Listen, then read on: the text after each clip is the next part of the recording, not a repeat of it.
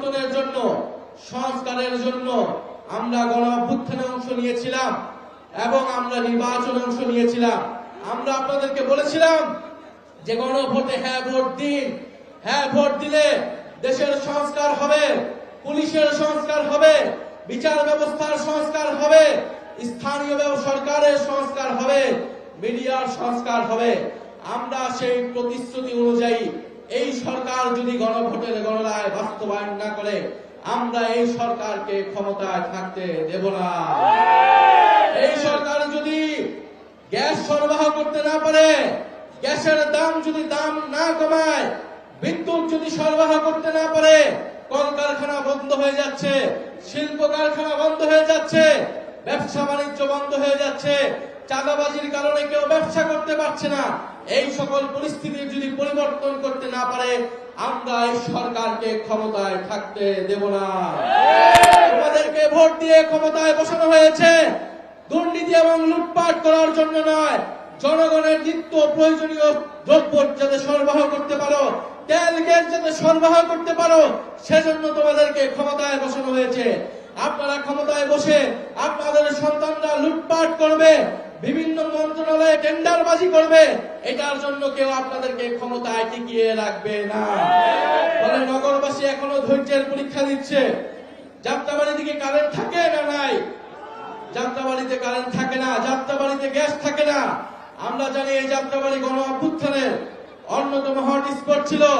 আজকে মঞ্চে আমাদের শহীদ পরিবারের সদস্যরা বসে রয়েছেন, জুলাই যোদ্ধা যারা পঙ্গুত্ব বরণ করেছেন, যারা চোখ হারিয়েছেন, তারা বসে রয়েছেন। এখানে মাদ্রাসার ছাত্ররা এসেছেন, আলেমরা এসেছেন। আপনারা ভূমিকা রেখেছিলেন গণ অভ্যুত্থানে, আপনাদের ভূমিকার কারণে জুলাই অভ্যুত্থান সংগঠিত হয়েছিল, সফল হয়েছিল। সেই বিচার কিন্তু আমরা এখনো পাই নাই। অন্তর্বর্তী সরকারের সময় যে বিচার যতটুকু হয়েছিল ততটুকুই রয়েছে এই সরকার। অন্তর্বর্তী সরকারের পরে কোনো কার্যক্রম করতে পারে নাই। প্রিয় বন্ধুগণ, এখানে শহীদ পরিবার আছে কিসের জন্য? বিচারের জন্য। আমরা সংস্কার চাই এবং আমরা বিচারও চাই। সংস্কার এবং বিচার ছাড়া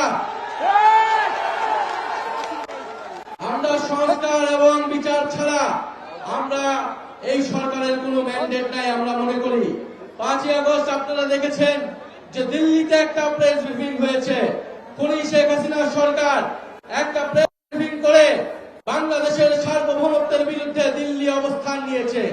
কিন্তু আমরা দেখতে পেলাম তারেক রহমানের সরকার এর কোনো জবাবদিহিতা নিশ্চিত করতে পারে নাই। এবং যদি জবাবদিহিতা নিশ্চিত করতে না পারে, তাহলে তারেক রহমানের ভারত সফর কোনোভাবেই এদেশের জনগণ মেনে নেবে না। দেশের সার্বভৌমত্বের উপর আঘাত এসেছে, দেশের গণতন্ত্র বিচার ব্যবস্থার উপর আঘাত এসেছে এবং সরকার একটা প্রেস রিলিজ দেওয়া ছাড়া আর কিছুই করতে পারে নাই। ফলে আমরা স্পষ্টভাবে বলতে চাই, তারেক রহমানের হাতে বাংলাদেশের সার্বভৌমত্ব অক্ষুণ্ণ থাকতে পারছে না। যে জাতীয়তাবাদের কথা বলে, সেই জাতীয়তাবাদের কথা বলে তারা সীমান্ত হত্যা বন্ধ করতে পারে নাই।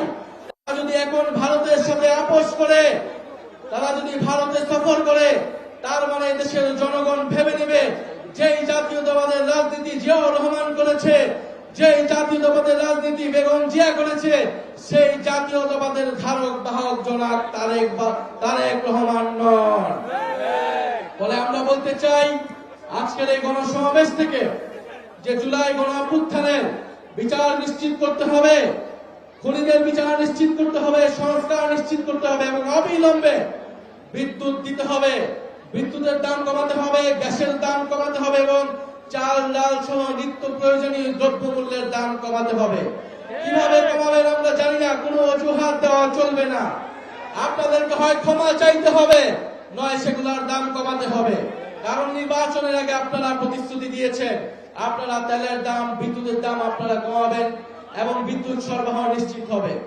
ফলে আমরা আজকের সমাবেশ থেকে আমরা বলতে চাই যে এখানে আমাদের ইসহাক ভাই আছেন, তার নেতৃত্বে ঢাকা মহানগর দক্ষিণ এনসিপি নিয়ে এগিয়ে যাচ্ছে আমাদের আসিফ মাহমুদ, যিনি স্থানীয় সরকার দায়িত্বে থাকার সময় ঢাকা শহরের মানুষের জন্য অনেক কাজ করেছেন।